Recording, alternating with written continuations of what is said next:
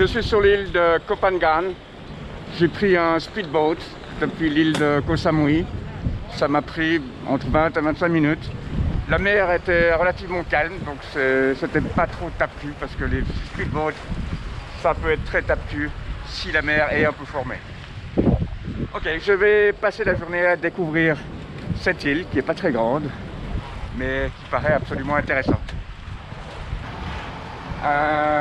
Je vais essayer d'aller dans le nord-ouest de l'île. Donc je cherche un taxi, je ne vois absolument rien. Je vais bien finir par trouver un taxi, en tout cas j'espère. J'ai trouvé un taxi, il ne me reste plus qu'à trouver le chauffeur. Je ne sais pas du tout où il est, mais je garde espoir. Voilà, j'ai trouvé un taxi et un chauffeur. Donc l'équipage est au complet. Donc direction Koma, la plage de Mai Beach. Je me réjouis, ça a l'air superbe.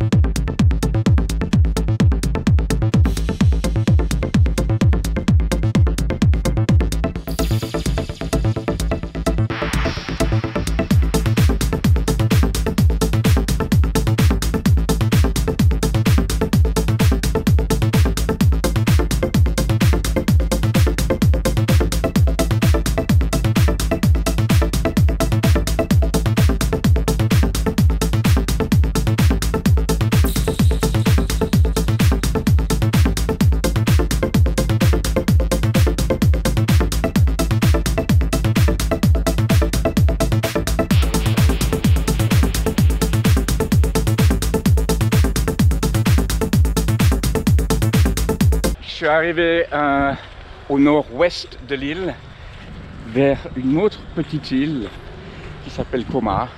Et ici, on est sur la plage de Mai Beach.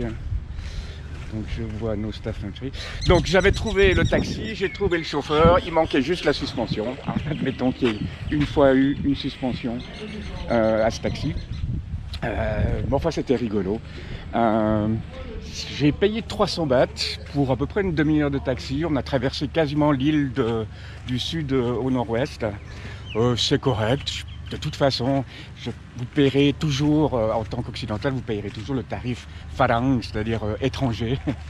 Donc c'est toujours un peu plus cher pour vous. C'est normal parce que bon, on a aussi les expatriés ont un niveau de vie probablement bien plus élevé que le thaï moyen, on va dire. Donc la chose importante par contre avec les taxis, particulièrement dans ces îles-là, à Bangkok, la majorité des taxis utilisent un compteur, donc il n'y a pas de discussion, hein. La seule chose que vous regardez avec un taxi au départ, c'est juste s'il est d'accord de vous amener où vous allez, parce que des fois ça ne les intéresse pas de vous amener où vous avez envie d'aller. C'est la seule chose à regarder. Sinon, ici, la chose importante, c'est de négocier le prix. C'est de négocier le prix avant de rentrer dans le taxi. Parce qu'une fois que vous êtes dedans, c'est trop tard. Vous devez avoir un prix avant de rentrer, de vous indiquer où vous allez. Le chauffeur de taxi vous propose un prix. Après, vous l'acceptez ou pas. Si vous avez le choix des taxis, vous pouvez essayer avec un autre taxi, des fois ça marche. Mais en général, c'est des tarifs qui sont plutôt bon marché. Je ne sais pas trop où on rentre sur la plage.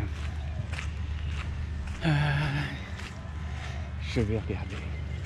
Donc en plus, j'ai pu demander au chauffeur de taxi qui vienne me rechercher ici. Parce que j'ai mon bateau, mon speedboat à 5 h cet après-midi. Donc il ne faut pas que je le rate parce que c'est le dernier de la journée. c'est le dernier de la journée. Donc il viendra me chercher vers 3h30, comme ça j'ai de la marge. J'ai de la marge pour arriver au quai. Donc c'est une bonne chose, il viendra me chercher à 3h30. Voilà, c'est une vue magnifique.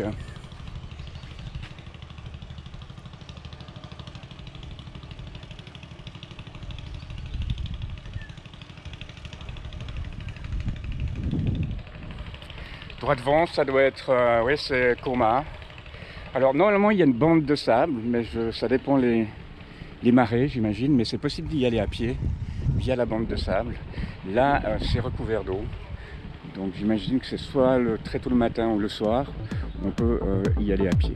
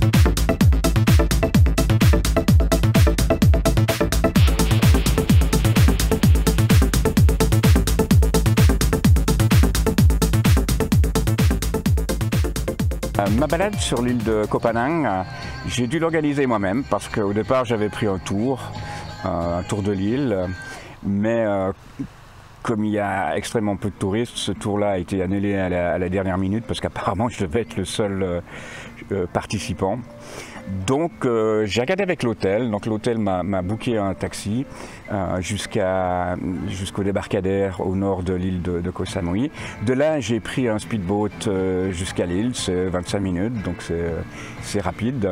Une note quand même par rapport au speedboat, il y a le ferry aussi qui est disponible, c'est plus long. Le speedboat, vous vous mettez vraiment en 25 minutes, vous êtes dans l'île. Le ferry, c'est plus long. Par contre, le speedboat, c'est un peu... il faut jongler pour embarquer, parce qu'il n'y a pas de quai spécial. Le bateau bouge, il n'y a pas de passerelle, il faut enjamber. Bon, l'équipage vous donne un coup de main pour rentrer dans le bateau, mais si vous avez des problèmes de mobilité, ça risque d'être compliqué, et même si vous n'en avez pas des problèmes de mobilité, si la mer est un peu formée, ça doit être un petit peu compliqué, j'ai l'impression, parce qu'il faut vraiment tout bouge.